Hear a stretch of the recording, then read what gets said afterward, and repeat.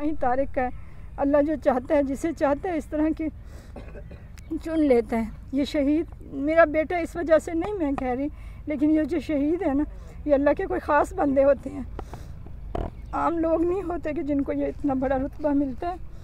तो बस ये अल्लाह की मेहरबानी है, अल्लाह की करम नवाजी है कि अल्लाह ने मुझे ऐसा अजीम बेटा दिया और अल्लाह ने उसको इतनी ये शहादत नसीब की। अल्हम्दुलिल्लाह, अल्लाह का बहुत शुक्र है। बाकी मैं आजकल की नौजवान नस्ल से ये कहना चाहती हूँ कि जो पाकिस्तान है, ये आज मेरा बेटा शहीद है, मैं इस वजह से नहीं कह रही कि ये पाकिस्तान बहुत शहीदों के लहू से बना है। हमारे बुज़ुर्गों ने इतनी बहुत बड़ी कुर्बानियाँ दी हैं। उन लोगों से पूछें जिन बच्चों के वालिद चले गए हैं, जिन माओं के जवान बेटे ने वतन के लिए कुर्बानियाँ दी हैं, बच्चे यतीम हुए हैं, नौजवान लड़कियां बेवा हुई हैं। आप लोगों को ये पाकिस्तान बिला कुर्बानियों के मिला है। जिन बच्चों को, जिन लोगों को, वो इसकी कदर करें, इस पाकिस्तान की कदर करें, इस आज़ादी की कदर करें। कोई चीज़ ऐसे नहीं मिलती। आपने अगर कोई कुर्बानी दी तो बहुत लहू शामिल है। जब 14 पाकिस्तान बना था तो बहुत सारे ख़ानदानों ने इसमें कुर्बानियाँ दी थी। सबसे पहले हमारे पैगम्बरों ने कुर्बानियाँ दी हैं दीन को बचाने के लिए। तो आप अपना टाइम फजूल बातों में, फजूल चीज़ों में ज़ाय बिल्कुल भी ना करें।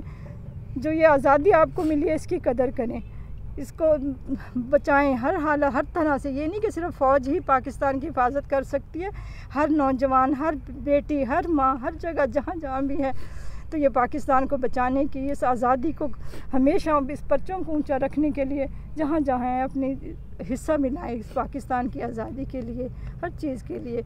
और माओं से, ख़ास कर इस वतन की बेटियों से मेरी दुआ है कि जो पाकिस्तान की सिक्योरिटी फ़ौज है, आर्मी है, जो भी है, जहाँ हैं, बाहर हैं पाकिस्तान से, पाकिस्तान के अंदर हैं, जो जंग लड़ रहे हैं सलामती की, आज़ादी की, इनके लिए दुआएं करें कि अल्लाह मियां इनको हमेशा अपनी हिफ्ज़ व अमान में रखे।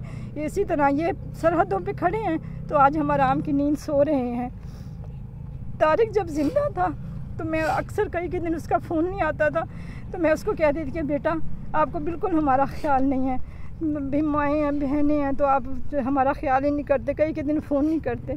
तो कहता था अम्मी जब हम यूनिफॉर्म पहन लेते हैं ना तो हमारे सामने कोई माँ, कोई बहन नहीं होती, सिर्फ परचम होता है और ये ज़मीन होती है जो हमारी माँ है, बस हम इसकी हिफाजत में लगे होते हैं। ये सलामत है तो माँ बहनें भी सलामत हैं।